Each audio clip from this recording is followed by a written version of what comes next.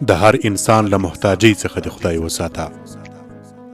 د هر انسان له محتاجۍ څخه د خدای وساته. له بوټ پاکۍ او چاپلوسۍ څخه د خدای وساته.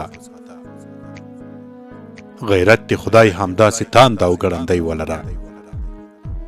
غیرت د خدای همداسې تاند او ګړندی ولره. ځوان مرد اوسې ناځوانۍ څخه د خدای وساته. چې له اسلام او شریعت سره ټکر کې راځي. چې له اسلام او شریعت سره ټکر کې راځي هغه غافلې زندګۍ څخه د خدای وساته. ستونزې، غربت، مالي نیستي به د لوی رب خوښوي. ستونزې، غربت، مالي نیستي به د لوی رب خوښوي. د خپل ایمان له غریبۍ څخه د خدای وساته.